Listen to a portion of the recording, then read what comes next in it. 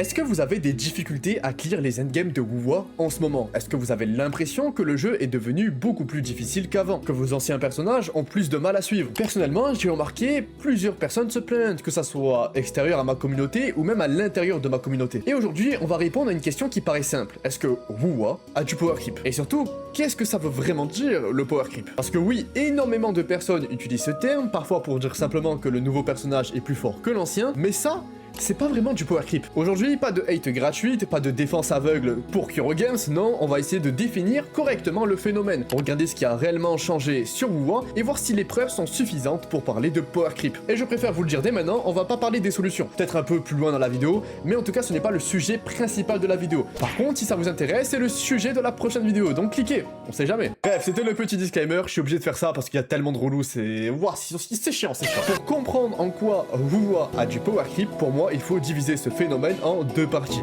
Commençons par le plus important. Un nouveau personnage qui fait plus de dégâts que l'ancien, c'est pas forcément du power creep. Pourquoi? Parce qu'en fait, on a un jeu qui évolue avec des nouvelles mécaniques, des nouvelles synergies, donc introduire un personnage qui est plus puissant que l'ancien, ça peut paraître un peu plus naturel, étant donné que le jeu se spécialise, il se renforce. Le véritable problème apparaît lorsque les nouvelles unités commencent à dévaloriser les anciennes unités. Et cette nuance, elle est vraiment importante. Si un personnage est meilleur, c'est ok, mais si un ancien personnage devient inutile, ça pose problème. Si un nouveau DPS fait 20% de dégâts supplémentaires, mais que l'ancien peut toujours facilement clear les endgames, on peut simplement parler de différence de puissance. Alors que si une nouvelle unité remplit exactement la même fonction, avec beaucoup plus d'efficacité, et si l'ancienne devient incapable de suivre le contenu, alors là, on peut vraiment parler de power creep. Donc si on veut vraiment parler de power creep, il faut pas juste regarder si le nouveau personnage est plus puissant que le précédent. Non, il faut regarder la puissance des nouveaux personnages et la puissance restante des anciens personnages, leur valeur. Prenons deux personnages qui occupent une niche très comparable. Galbrena et Sigrika. On peut discuter des conditions exactes, des teams, des rotations, de l'investissement et tout, mais voilà, imaginons simplement une Sigrika moyenne. Une Sigrika moyenne, on peut l'affirmer, va produire davantage de dégâts qu'une Galbrena moyenne. Ce qui est intéressant, c'est pas de dire que Sigrika est meilleure. C'est banal. Ce que je veux démontrer ici, c'est de savoir quelle est la valeur que Galbrena a perdue quand Sigrika est sortie. Qu'est-ce qui lui reste? Est-ce que Galbrena peut toujours clear? Est-ce qu'elle demande beaucoup plus d'investissement? Est-ce qu'elle est simplement moins optimale? Ou est-ce qu'elle est réellement remplacée dans sa propre niche à 200%? Parce que si Galbrena reste parfaitement capable de terminer le contenu endgame, alors le power creep existe peut-être en termes de puissance relative, mais il n'est pas forcément suffisant pour dire qu'elle est obsolète. Car on ne peut pas nier, oui, les personnages deviennent plus forts, ils ont des kits plus précis, plus diversifiés, plus puissants. Comme je vous l'ai dit, plus le jeu avance, plus les développeurs ont accès à de nouvelles mécaniques, au plus les personnages deviennent aussi complexes, et tout ça c'est logique. Il faut comprendre le vrai problème. Tout ce qu'il va faire en fait, c'est rendre meilleur ce qui existe déjà. Mais attention, ça ne veut pas dire encore une fois que c'est du power creep. Ça ne suffit pas à prouver que c'est du power creep. Mais certains me diront que c'est débile. On ne va pas attendre qu'un personnage devienne inutile pour dire qu'il y a du power creep. Jinxie par exemple, c'est un bon exemple. Elle est sortie extrêmement tôt, en 1.1. Elle était déjà considérée comme extrêmement puissante. Donc on ne peut pas vraiment dire que au plus le jeu est vieux, au plus les mécaniques sont présentes, au plus le jeu est spécialisé, et bien au plus le personnage devient puissant. C'est pas une réelle corrélation. La réalité, elle est beaucoup plus irrégulière. Le power creep, ça a jamais été un phénomène qui est régulier, qu'on peut observer à un tel moment précis dans un jeu. Non, pas du tout. Je peux prendre un autre exemple avec Rinasita. À la sortie de Carlotta, beaucoup de joueurs la considéraient comme une DPS extrêmement forte, voire la meilleure DPS du jeu. Et pourtant, ça ne signifiait pas que tous les personnages précédents étaient devenus obsolètes. La preuve, regardez, on n'avait pas vraiment vu beaucoup de personnes parler de power creep à la sortie de Carlotta. Même chose avec Artesia. On peut discuter de son niveau de puissance à la sortie, qui était au-dessus des personnages, mais le simple fait qu'elle soit extrêmement forte n'a pas suffi à démontrer un power creep. La preuve, encore une fois, j'ai vu plus de gens contents que le personnage soit fort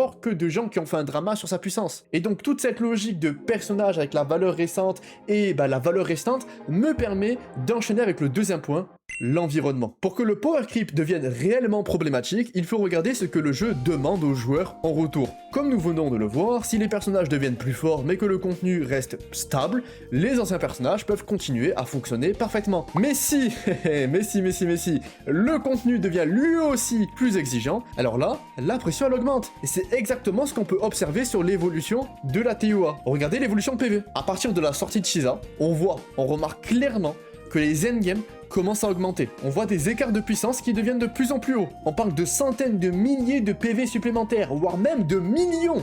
Rendez-vous compte. Chisa, elle est sortie quand? En novembre 2025. Ça fait même pas un an. Et on a aussi l'introduction d'étages supplémentaires. Le dernier étage, c'est-à-dire l'étage 4, atteint désormais des valeurs qui auraient été complètement absurdes au début du jeu. On parle aujourd'hui de 10 millions de PV au total dans le dernier étage, l'étage 4, comparé aux pauvres 6 millions lors de son introduction. Soit quasiment 60% de PV supplémentaires en l'espace de quoi? Même pas 11 mois. Mais là encore, je veux être précis. Plus de PV ne signifie pas power creep. Je veux dire, regardez, dans la 1.0, on va dire avant la mage de Chisa, il y a quand même une augmentation de PV. Alors oui, ça montait, ça descendait, mais il y avait quand même une augmentation de PV. Est-ce qu'on pouvait vraiment parler de power creep à 200%?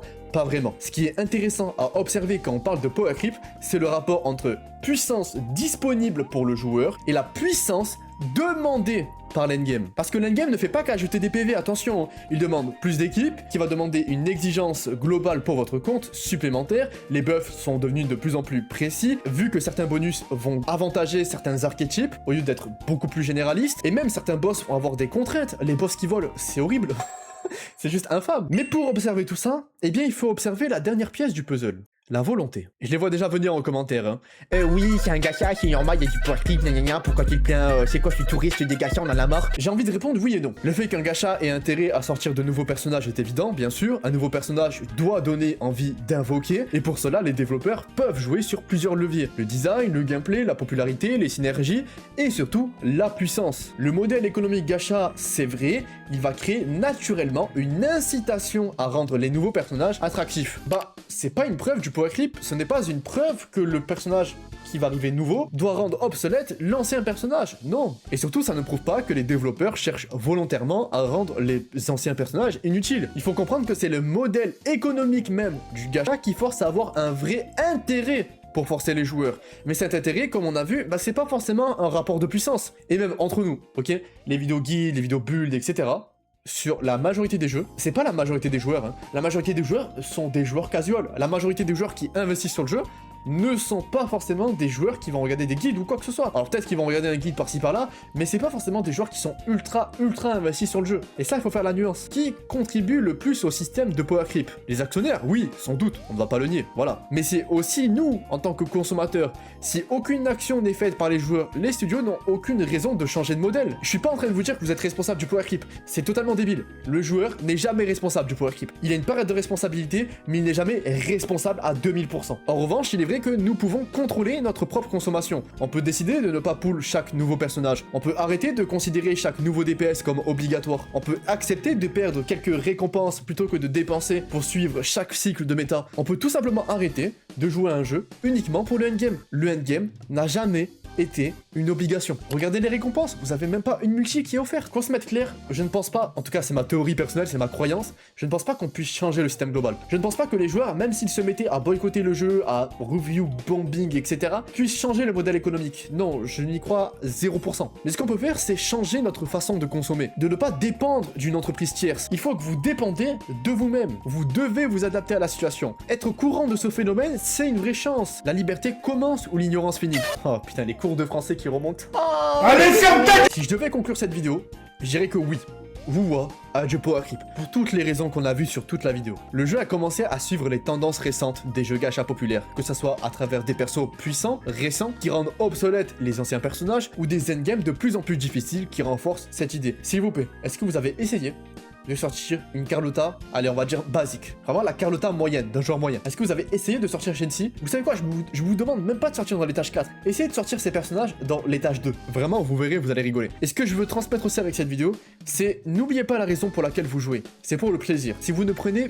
plus du plaisir, si vous connectez quotidiennement devient une corvée plutôt qu'autre chose, bah peut-être que prendre 2, 3, 4 semaines de pause vous ferait du bien. N'oubliez pas qu'il faut prendre du plaisir avant tout quand vous jouez à un jeu vidéo. Votre rapport avec le jeu vous appartient, et si l'endgame vous intéresse, que vous ayez peur ou non du power creep, je vous renvoie sur la prochaine vidéo qui sortira et qui répondra à vos attentes. Sur ce, j'espère que cette vidéo vous a aidé à savoir qu'est-ce que réellement le power creep, à peut-être changer votre vision sur le power creep, peut-être que vous avez une vision différente de la mienne sur le power creep, peut-être que pour vous, simplement avoir un écart de puissance entre les personnages suffit à caractériser le power creep. En tout cas, je pense qu'on peut se mettre d'accord sur une seule et même définition. Le fait que les personnages soient plus puissants, le fait que les endgames soient davantage exigeants avec votre box, et enfin, la volonté des actionnaires, des développeurs, bref, une volonté de changer l'environnement, la façon de voir le jeu. Vous pouvez ensuite rentrer dans les détails comme moi je l'ai fait, mais si vous retenez ces 3 éléments, vous comprenez qu'est-ce que le power creep. Bref, je vous retiens pas plus, c'était le Crapuleux.